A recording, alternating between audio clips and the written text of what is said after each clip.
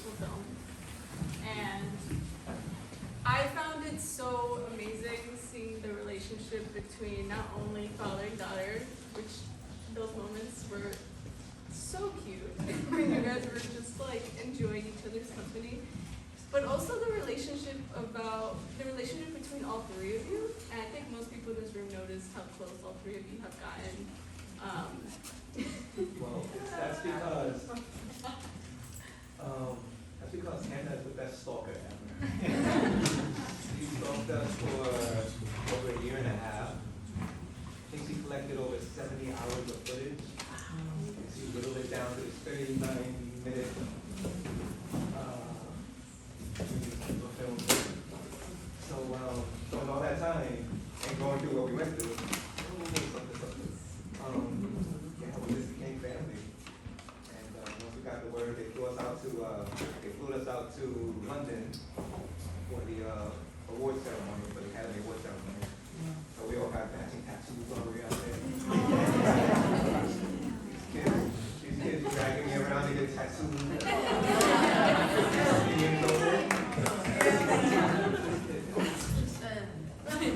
No, because then you won't believe that I did.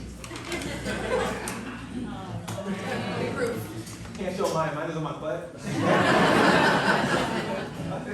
So I'm going to ask a few questions and then I'm going to leave it up to everyone else, if anybody else also has questions. So first, I think this is the number one question most people want to know. How did you guys meet? Well, I'll start and then I'll let you follow it. So I was in grad school for documentary filmmaking, and we got an assignment to do just like a 5-minute short profile on an interesting person in the city. And I'd been living in Maine for 7 years and was interested in New Yorkers who have like an unusual or unlikely connection to nature. And so I looked into beekeepers in New York City, and this guy keeps hives in his apartment despite being severely allergic.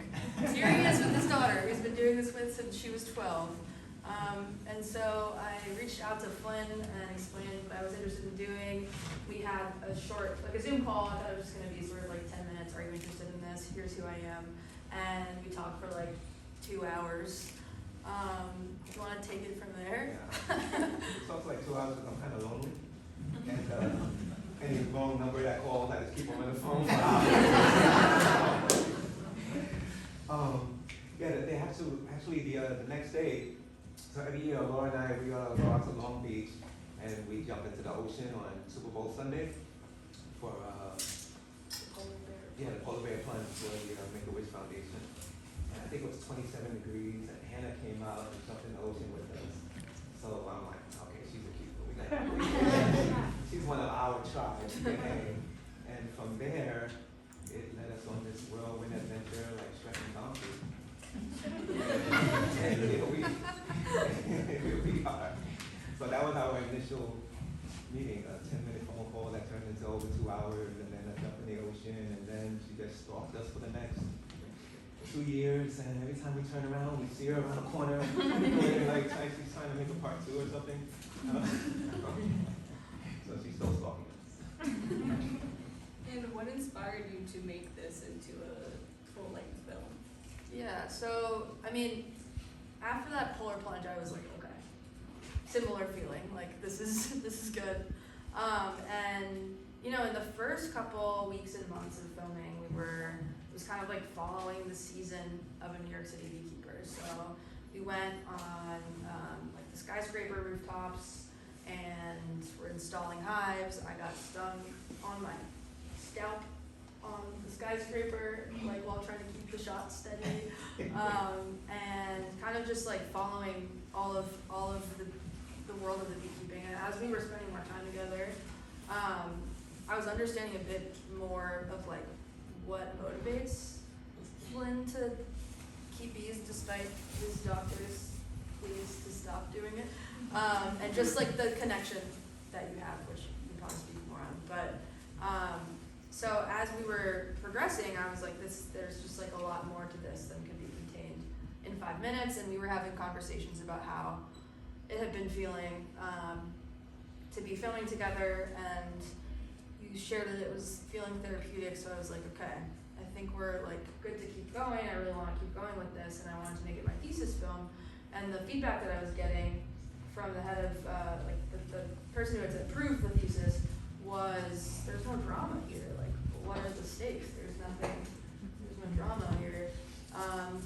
And I kept fighting for it anyway. And then right for my final pitch, Flynn called me and literally said, "I have drama. I have tea for you." And told me that he had cancer, and said he wanted to continue filming. And I went back to the pitch, and I said, "I have terrible news. Flynn has cancer." And she said, "Oh, great. Okay, that's going to be a really good film." It was like extremely bleak and bizarre.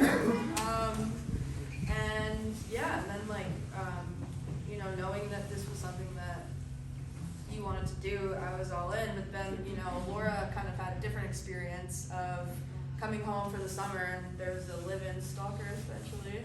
I don't know if you want to talk about what it was like for you. So for me, obviously, I was a bit delusional in there. I don't know if you heard, but I said it's going to be a great summer. I lied to myself. Because then, that's okay. That scene always breaks my heart when she's all like, "School's over, it's gonna be a great summer," and then. No, but it was. Oh gosh, okay. When we first started, I didn't really know what was happening. I met Hannah. I thought she was really cool. I knew she was recording a documentary about us.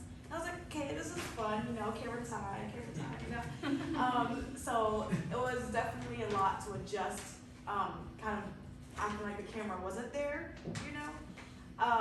But then it got a lot easier, and at the same time, I was, you know, taking care of him. So the camera was just like the very back of my mind, and it was just all focused on him. So there were times where I didn't forget she was there, you know. I just forgot what was really happening. But I'm very glad that she was around. There was plenty of times where I was so stressed, you know, I felt alone because I was the only one at home. And so she would come over, film for a little bit, and then just hang out with me. We would watch movies, order pizza, hang out. So she's our stalker, but she's also my sister. So yeah.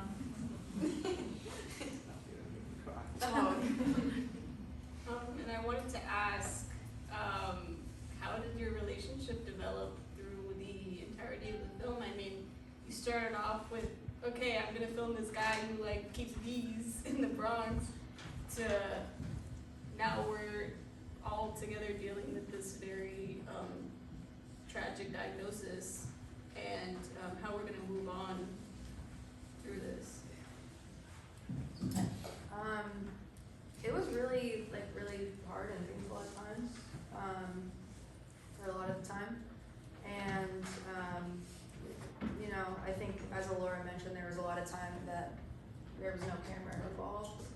Just kind of like sitting and being together and talking either about what was going on or sort of distracting a little. And then there's, you know, a lot that we did that that didn't end up being in the film or really had anything to do with the film. We went on this really wild road trip to and from St. Louis in a weekend, like overnight there, and then. Can we go drive back to the city? Yes. Yes. Yes. So I was up at college. So they drove 3 hours to pick me up from school, and then we drove however many hours to get to Missouri, and then we drove all the way back to New York City so that I could see my Timberland billboards, and then they drove me back up to school. Whirlwind adventure. It was a crazy. The reason we went was a woman contacted me, and she was like, "I'm a playwright. I wrote this play 20 years ago. It's about a black beekeeper who keeps bees on his roof, and then I read about you in the New York Times, and it was like my story came true. So I just have a play, and we're gonna play it in St. Louis. So I'm like, okay, well, come on in. I got a little cancer issue going on. I can barely talk. I weigh 20 pounds, but well, come out and They'll see drive, you. yeah. We went all the way out there to see this play, do a little talking, sell a little honey, and came all the way back. Very next day, step into my world. There's just like it was an interesting experience being directing it, editing it, and then also just like being as close as we are, because that was like such a bonding experience and like a specific and really like big memory that ultimately had nothing to do with the film itself. And so it was like, you know, just there's a lot of stuff, and there's a lot that's not in the film. And so like it's been really fun and nice actually now to just spend a lot of time together, like go to Six Flags or be tourists in London without any sort of like in the back of my head, like should I be capturing anything? Just like, yeah. And also I wanted to ask, I mean, again, back to the whole being the beekeeper in the Bronx. Why did you decide to call it Boogie Down in the Bronx Honey? Well, to tell you the truth, the only reason I became a beekeeper is because I couldn't get a date. So I figured I'm going to become a beekeeper and I'll get all the chicks. But,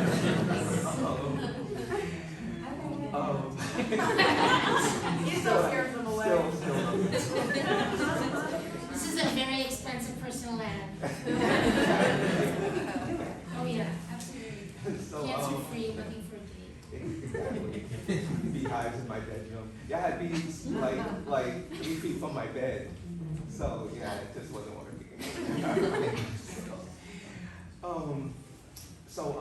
I grew up in the Bronx during the worst parts, the worst times in the city. You know, the Bronx was burning. A lot of you are old enough, for you young ones. You never seen a city in the grips of, well, you have seen a city in the grips of a pandemic, but a drug pandemic like crack held the city. You guys remember those days. HIV and AIDS held the city. So the city was going through some times, and I grew up in that era. My mother was a cop, aunt and uncles were all cops, so we're a law enforcement and military family, so we're all about the community and helping, you know. And I am tearing up. So our politicians and the news always gives the Bronx a black eye. It's always about, it's so horrible here, and it's we have the most amount of asthma, we have it's always negative stuff. When the Bronx is the greenest borough, the most amount of, I continue. I get all emotional now. What's up? Thanks, brother. Yeah, so much going on in the Bronx. It's the greenest borough, so of course we have the most pollinators, the most animals. We're dealing with coyotes up here, you know? So the Bronx is amazing. And if you just take a little walk and look around, it's freaking beautiful. I've been to all the boroughs. Brooklyn. Queens tried to claim hip hop. We have to shut them down, right? You know, the Bronx is where it happens. We're the only borough that's connected to mainland USA. So all the other boroughs, they're islanders. You know, right? The Bronx affected the world. Go online, you'll see people, you see kids breakdancing and rapping in little small villages. In the world, the Bronx has touched the world, you know, and it touches me. So I'm emotional about the Bronx. So the honey is a really local product. The benefits of honey are more beneficial if you get in close. Yet, I branded Boogie Down Bronx Honey because the Bronx is the world to me.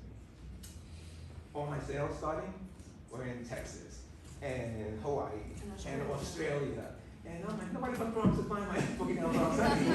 But everyone who was from the Bronx throughout the world is ordering it. We got this better beekeeper in Australia who kept buying one bottle at a time. The shipping was $98 months. And just because it was from the Bronx.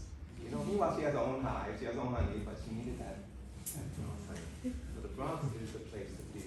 So the boroughs, okay, Queens, we see you. But, so that's where Boogie Down Bars came from. And can I also ask, why did you specifically pick bees or like honey? I've always been fascinated with bees, ants. They live in these communities, and everything they do is about the greater good. It's about they're just working themselves to death. It's all sacrifice, and it's all about the community. And that's how it grows. Everything's about the community. So you start at home, you build the neighborhood, and you build. So it starts at home, and everything you do. Bees live 6 weeks, work themselves to death. Everything they do is for future generations. We have a lot to learn about that. And my last question, so just in case anybody else has other questions, would be for all three of you actually. What do you hope people gain from watching this film? I just hope they gain a date.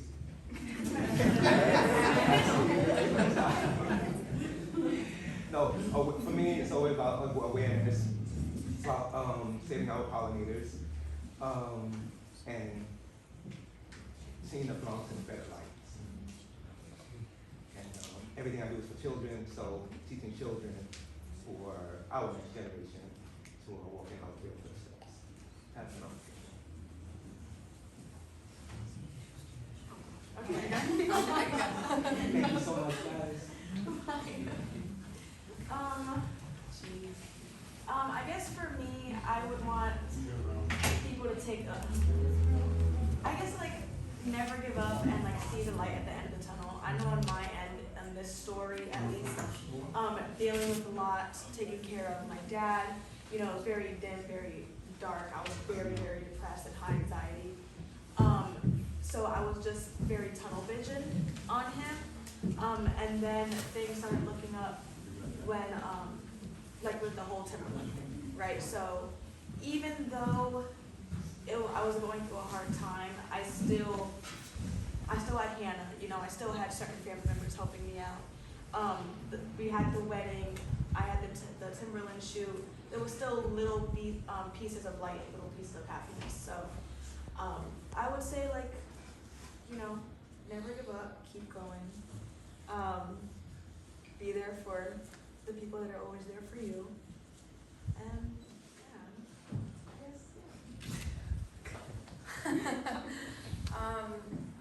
I've learned so much from you guys, and I think for me, seeing how you supported each other with humor and honesty, you would make jokes about things, you would laugh through it. When you were frustrated with each other, you would say it, and that was healthy. And it just watching you guys as a model for supporting people who are going through a hard thing was just that's something that I hope people take away, because I learned so much by being with you guys and witnessing your relationship and how that extends to the things that you do outside of the family, and take care of each other and the people around you and the bees. So that's my long-winded answer. Okay, does anybody else have any questions? Yes. So my question would be, I heard you say during the film, you said when the bees got infested by the varroa destructor, you put the deceased bees and the honeycomb and everything inside of the in the grass, and it was back to the earth, right? So that I just wanted to know, do you have any spiritual connections to beekeeping, whether religious or just spiritual in general? What's your experience with that? I have a spiritual connection to everything. Everything's about life. We are on this planet for 2 seconds, folks. So I've always seen like that. I've always just gone full speed in everything I do. I know a lot of dead people. And when you grow up like that and you see definitely crack was a joke in the city. AIDS was a joke in the city. You grow up seeing that. Yeah, you have to look at the right side. You have to see everything as spiritual or cosmic, and live with a sense of purpose. So go to the corner store, the bodega, buy a bag of chips, and freaking live in that moment and enjoy that you are bag of chips, and there's millions of people on the planet who can't do that. So I know where I am in relation to other people and creatures on the planet. And we're in a great position.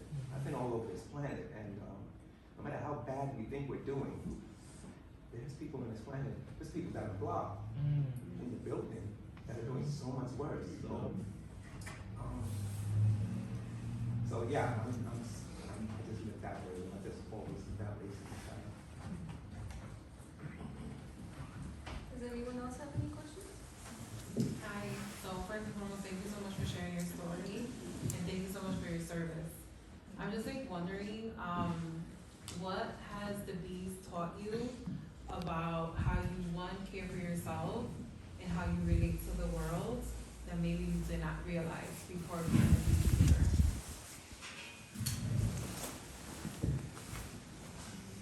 I think I fit so well into beekeeping because I lived like a bee. The Marine Corps, the Catholic school, Cardinal Gate, like the so I fit in these type of situations easily because I've just always been like that. So I've been successful in these ventures because I just fit in that way. Bees live that way also, and that's probably why I've been drawn to them so easily and for so many years. So their sacrifice, do they know that they're sacrificing? That's another thing. You know, do they actually know that what they do is for others? We, on the other hand, do. So I look at things like that, and I'm thinking about every little thing all the time. I'm awake 20 hours a day. I sleep 4 hours a day. So I'm just all about being alive. Bees live for 6 weeks. For 6 weeks. In that 6 weeks, bees work themselves to death. They make 1/12 a teaspoon of honey in 6 weeks. It takes 12 bees 6 weeks, their whole lives, to make 1 teaspoon of honey. Every drop is important. Just little things like that puts things in perspective for me. And why am I so emotional? I don't know. The more I see this film, look, I'm a big, bad, tough Marine, all right? I'm the top. I've been shot, stabbed, had cancer. I am not small. I don't know what's going on. But the more I see the film, the more I'm becoming all emotional. She's true to me, woman. I don't know. So I hope that helps a little bit. Can you run for office? It's been popping up, and people have been signed up, but I curse too much, and no one wants to hear the truth. So, but recently a lot of people have asked me, and I feel a whole lot of different ways about things, and there's solutions right there. And I think we all see solutions right there. Why can't our politicians? Why won't our politicians? So, yeah, it's been calling me. I'm almost an empty nester. It's either, exactly. I'm almost an empty nester. This is the first time in my life where I'm not responsible for someone on a daily basis. Since my first year of college, I've been a parent. I was a family babysitter, so I've always been taking care of others. And now, I am just about free. So, He actually wants to go find Bigfoot once I've that's done. one thing. There's that. Part 2, everybody. Road trip. The woods, the forest have been calling me, and if anybody's gonna find concrete proof of Sasquatch, it's gonna be me. That or politics, I don't know. But I have a little time. I'm down for doing it all. Did you start beekeeping before there was an awareness of bees dying worldwide? Yes, we've been beekeeping now for 12 years. Well, about 12 seasons, 11 seasons. I knew of the issues with bees back then. I have a whole lot of better understanding of it now. How does that affect your local operations? Right now, I'm about to start campaigning against beekeeping. I am a beekeeper who's allergic to bee venom. I'm developing allergies to honey. I don't like honey. And now I'm about to campaign against beekeeping. I don't know what the hell is going on. But the campaign, so I'm working with American Beekeeping Federation and some other agencies, and we're trying to get that whole Save the Bees thing changed to Save the Pollinators. People hear Save the Bees and they think about honeybees. Saying Save the Bees is kind of like saying Save the Chickens. They aren't going anywhere. Our honeybees now are part of our agricultural system. You cannot, vegans, you cannot get almonds without truckloads of honeybees having to be brought in. Our country just can't do it anymore. We have to truck these bees all over the country to these farms to pollinate these fields. That's what we've done to our agricultural system. Honeybees are gonna be part of that. They're not going anywhere. Just like the chickens, just like the cows.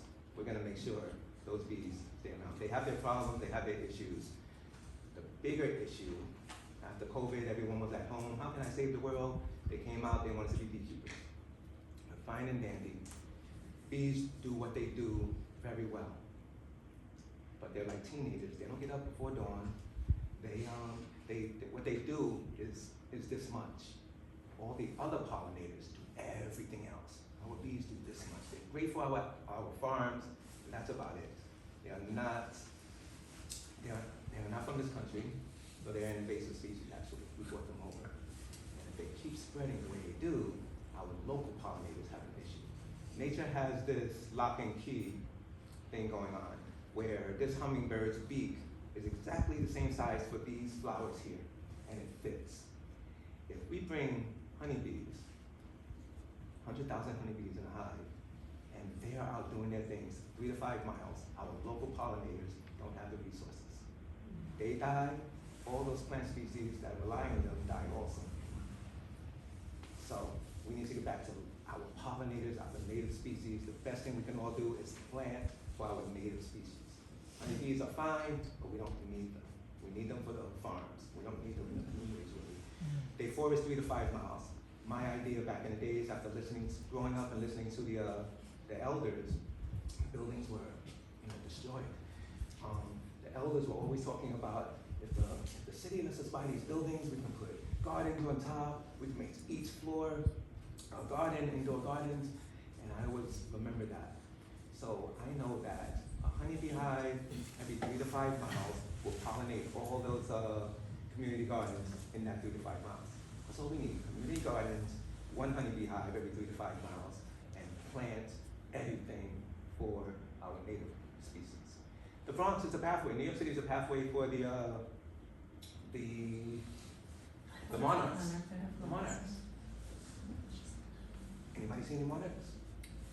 Growing up, all us old timers, remember our jobs when we were kids? When our parents would be driving, we would have to get out and scrape all the bugs off the windshields. You can drive it out for hours and not get any bugs on you. Where did they all go? Native pollinators are the issue. We need to protect them. Honeybees are fine, they're fun, they have it going on, but we need our native species because all the flowers, all the plants, all the species that depend on them are going to go along with them. And we got to really have none. We have Patty over here who's want to speak a little bit about your work with the This butterflies. is so wonderful what you're saying. It's what a Stand up. what a privilege I feel to be in this room. And it's like I met Jude just a couple of weeks ago. She introduced me to Hannah, and now I look forward to getting to know you guys a little more. I identify very closely with this word keeper. I worked at the Bronx Zoo for 30 years. I was a zookeeper in the bird department. And we actually, one of the species we worked with were bee eaters. And we had hives of bees on the roof of the World of Birds. So for a very small scope there, I was like a beekeeper too. And watching bees, bee culture is fascinating. And you, like you said, you learn so much. The collaborative nature, the community nature. I retired in 2019 and I said, what can I do for my community in the way of taking everything that I learned at the zoo. Like, how do we save wildlife? We save habitat. So walking around during COVID, I saw milkweed grows on the Hutchinson River Parkway and it gets mowed. And I said, okay, maybe this is what I can do. And it turns out it's Department of Transportation that mows it. And I got in touch with them. They were very amenable to mowing around some milkweed, and now have started this habitat protecting. And I'm learning so much about native bees and everything you're saying, right? It's like honeybees, they don't fight, but they can outcompete our native bees. The solution is that we have enough for both, because as you said, honeybees are not going anywhere, and we need them. We rely now on them for our crops and our fruit and everything like that.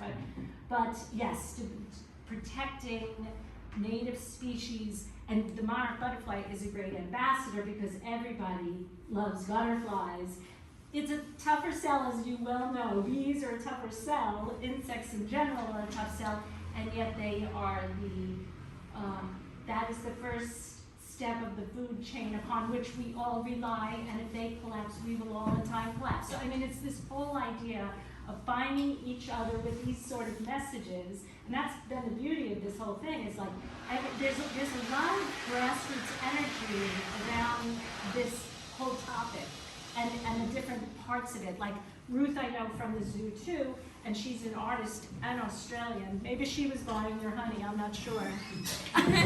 But she was leading some art classes, and we're putting some artwork up on the fences, and my other friends here have a native meadow in their front yard. And little by little, and then I meet Judith, this documentary maker, and now I'm meeting you guys. So it's really lovely, this energy of how we can come together and work toward saving native habitat, saving our species, because in time that's what we need to save ourselves, right? Thank you so much for this wonderful, I look forward to continuing this conversation. Thank you. I think this is the end of the Q&A unless one person has a very pressing question that they'd like to ask. Yeah. I just wanted to ask, we have a few young filmmakers in the room and are part of the Films Fellowship Program here in the Bronx, in the Rafkin Center. And they are now just in the phase of researching their story and looking for, participants for their film. And I just wanted to ask if you could please, I don't know if you have anything that you could help with your experience. This is a beautiful, beautiful film. You mentioned about how you found the story, but if there's anything that you can contribute to the fact that you didn't know. It's exciting.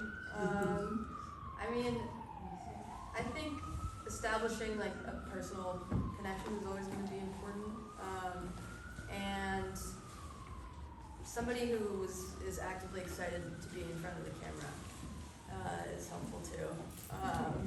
What does it mean? But yeah, I'd be happy to talk more. Ken and I are talking about having like another kind of gathering around more of like the technical and creative side of all of this, which I'd love to do, but we can exchange information. I mean, it would be really great if each one of you took a little piece of this ecosystem that Patty just talked about, and like each one of these, it's amazing to me that you could tunnel in and love something so much in such a focused way, and then there's somebody else who does that and somebody else, and they all do it in this way that they're not alone. I mean, then they have this family that either watches them be passionate, crazy, tunnel vision, psychotic, or they go along with it and then they learn something. So it would just be so interesting. I mean, talk about being able to like elevate the Bronx. It's like, this is the lady that's into the butterflies, and she got the milkweed, she got them not to. Who gets people who need to mow for a living not to mow? That's amazing, Patty. So, and then the people that have that ecosystem, their yard, like a meadow on their front lawn. That's us. Are you in the Bronx? No. Kind of, but it's okay, kind of. Anyway, the meadow in the front yard. So I just think that would be a great story. It's like each one of these little portraits would be a great series. That's true. Thank you. Thank you everybody for coming.